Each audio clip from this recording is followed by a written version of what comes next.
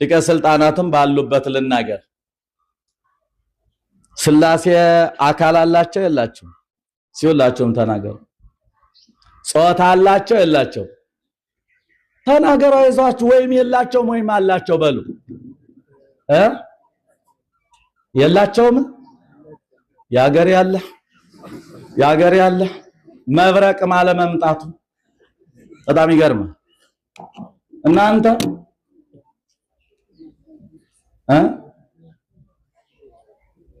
የእንታ ቃለ ሕይወት እርሶም ባሉበት ልናገር።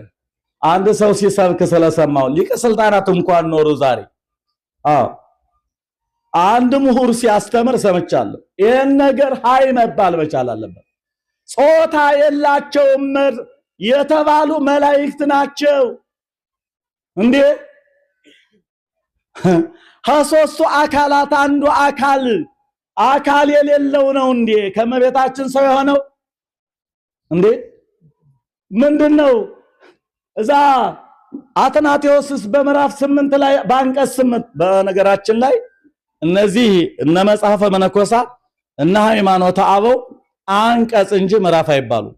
የመታወቅ አለበት።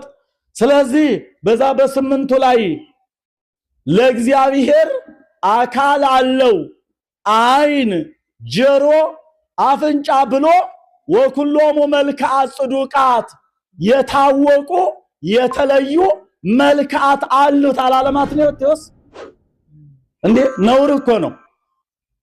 ለአብ ፍጹም አካል ፍጹም መልክ ፍጹም ገጽ አለው። ለወልድ ፍጹም አካል ፍጹም መልክ ፍጹም ገጽ አለው። ለመንፈስ ቅዱስ ፍጹም አካል ፍጹም መልክ አለው ስንል ከምን እስከምን ተተርጉሟል እኮ።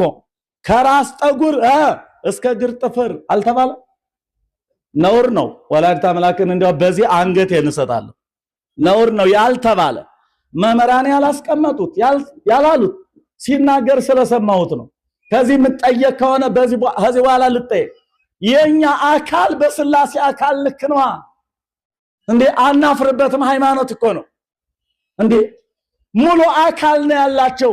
ረቂቅ መለኮታዊ አካል ንግበር ሰብአ በአርአያነ ወበአምሳሊነ፣ በአርአያችን እንደ ምሳሌያችን ከራስ ጠጉር እስከ እግር ጥፍር። ለምን ነው ስላሴ ታዲያ መልክ ተደርጎ ተደረገላቸው? ከአብርሃም ቤት ሲገቡ መልክ አልቦ ነበር? አካል አልቦ ነበር እንዴ? እኛ ስዕል የስላሴን ስዕል ስንስል ከአብርሃም ቤት በሶስት ሰዎች አምሳል ኦሪት ዘፍጥረት ምዕራፍ 18 ላይ በሰዎች አምሳል የሳልናቸው ዝም ብለን ነው እንዴ? ነውር እኮ ነው እንዴ? ስለዚህ ወገኖች እንደው ስላጋጠመኝ ነው። እና አካል የሰው እንግዲህ የሰውን አካል ማፍረስ ላይ ነው ተነስቼ ነበር። እዚህ ድረስ ተጉዤ የመጣሁት አካልን ማፍረስ የሚለው። ስለዚህ በአርአያችን በምሳሌያችን የፈጠርነውን ሰው